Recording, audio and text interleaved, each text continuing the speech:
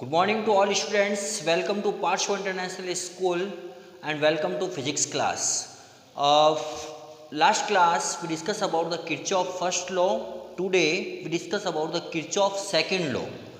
Kirchhoff second law को हम voltage law भी बोल सकते हैं और लूप लॉ भी इसको हम बोलते हैं। देखो जनरली किरचॉफ लॉ जो यूज़ किया जाता है जहाँ पर ओम्स लॉ फेल हो जाता है वहाँ पर हम किसका यूज़ करते हैं, किरचॉफ लॉ का। मतलब एक कॉम्प्लिकेटेड सर्किट को सॉल्व करने के लिए हम क्या करते हैं, किरचॉफ लॉ का यूज़ करते हैं। अब जनरली क्या होता है, सर्किट में करंट के फ्लो होने की डायरेक्शन अगर अलग अलग हो, ठीक है, तो उस केस में भी हम किरचॉफ लॉ का यूज़ करते हैं। मतलब कॉम्प्लिकेटेड सर्किट के लिए हम किरचॉफ लॉ का यूज़ करते हैं। अब किरचॉफ लॉ में क्या होता है, देखो according to this law in a close loop. Close loop का मतलब क्या हो गया, देखो ये एक सर्किट है, ठीक है, A B E F A, ये एक इसमें क्या होगा, लूप होगा। क्या कहना है, कहेंगे इसको हम लूप। सिमिलरली देखो सेकंड लूप क्या हो सकता है, इसमें B C D E B, ये लूप होगा, ठीक है। तो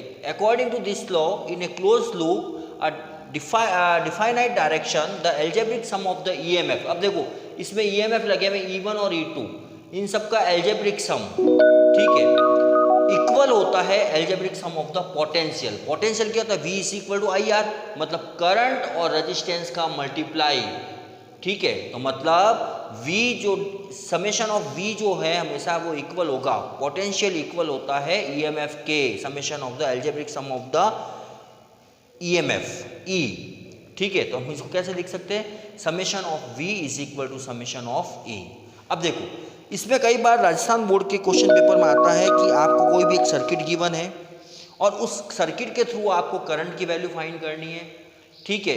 तो इसमें हम सर्किट को कैसे सॉल्व करते हैं, उसकी इक्वेशन कैसे फॉर्म करते हैं लूप को कंसीडर करते हुए, उसके बारे में हम डिस्कस करें। देखो हमारे पास में कोई भी एक सर्किट है, ठीक है, इसमें से करंट I1 फ्लो हो रही है, इधर से I2 जा रही है, ठीक है। यहाँ पर R1 लगा हुआ है, यहाँ पर R2 लगा हुआ है, यहाँ पर हमने एक रेजिस्टेंस ले लिया है, ये हम अपनी इच्छा से लिया है, ठीक है। अब आपको लॉ समझना है कैसे हम लॉ को अप्लाई करें। देखो सबसे पहली बात, यहाँ से करंट I1 आ रही है, ठीक है, यहाँ से करंट I2 जा रही है, तो यहाँ पर ये I1 नीचे आएगी, यहाँ पर ये I2 भी इधर जाएगी, तो टोटल करंट की वैल्यू कितनी हो जाएगी, I1 प्लस I2। यहाँ पर टोटल करंट कितना हो जाएगा, I1 प्लस I2। यहाँ पर हमने रेजिस्टेंस लगा रखा है R, यहाँ पर स्मॉल R1 और स्मॉल R2, आप चाहो तो कैपिटल R1 और कैपिटल R2 भी कंसीडर कर सकते हो, ठीक है।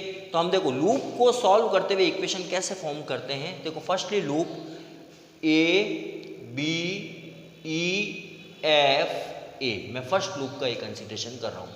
यहाँ पर मैं किरचॉफ का सेकंड लॉ अप्लाई कर रहा हूँ। देखो loop A B E F A, आपको चलना कैसे, फ्लो कैसे करना है, पहले A से B, फिर B से E, फिर E से F, F से A, ठीक है।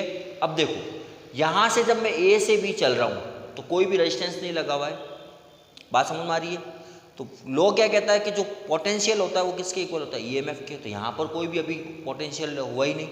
अब देखो B से E चल रहा हूँ, ध्यान रखना बच्चों, एक लॉ बता रहा हूँ, जब मेरे चलने का डायरेक्शन में B से E चल रहा हूँ और करंट के फ्लो होने का डायरेक्शन अगर सेम होता है, मेरी बात को ध्यान से सुनना, मेरा चलने का डायरेक्शन और करंट का डायरेक्शन अगर सेम होता है तो हम क्या यूज़ करते हैं, नेगेटिव साइन।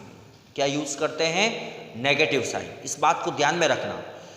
और अगर मेरे चलने का डायरेक्शन मतलब लूप का डायरेक्शन और करंट का डायरेक्शन अगर ऑपोजिट होता है, बात समझ में आ रही है, तो हम क्या यूज़ करेंगे, पॉजिटिव साइन। ये लॉ होता है, ध्यान रखना। देखो कैसे, B से E जब मैं चल रहा हूँ मेरा फ्लो यूँ हो रहा है, करंट का देखो ऑपोजिट डायरेक्शन में, करंट का एरो किधर लगा हुआ है, इधर की तरफ लगा हुआ है, यू जा रहा है करंट, मैं फ्लो हो रहा हूँ यू, करंट जा रहा है यू, बात समझ में आ रही है। तो हमने क्या लगाया यहाँ पर, देखो दोनों आपस में क्या हो रहे हैं, यहाँ पर ऑपोजिट हो रहे हैं, तो हमने क्या लगाया यहाँ पर, करंट कितना I2, रेजिस्टेंस कितना है R2। तो ओम्स लॉ के थ्रू V क्या होता है, V is equal to IR होता है, तो product of the resistance and current that is I2 R2। यहाँ से हम देखो EMF लगा हुआ है, अब यहाँ से हम बाहर किससे निकल रहे, फ्लो से, ये नेगेटिव साइन है, नेगेटिव से हम आगे जा रहे हैं तो यहाँ पर माइनस का आ जाएगा E2, ठीक है।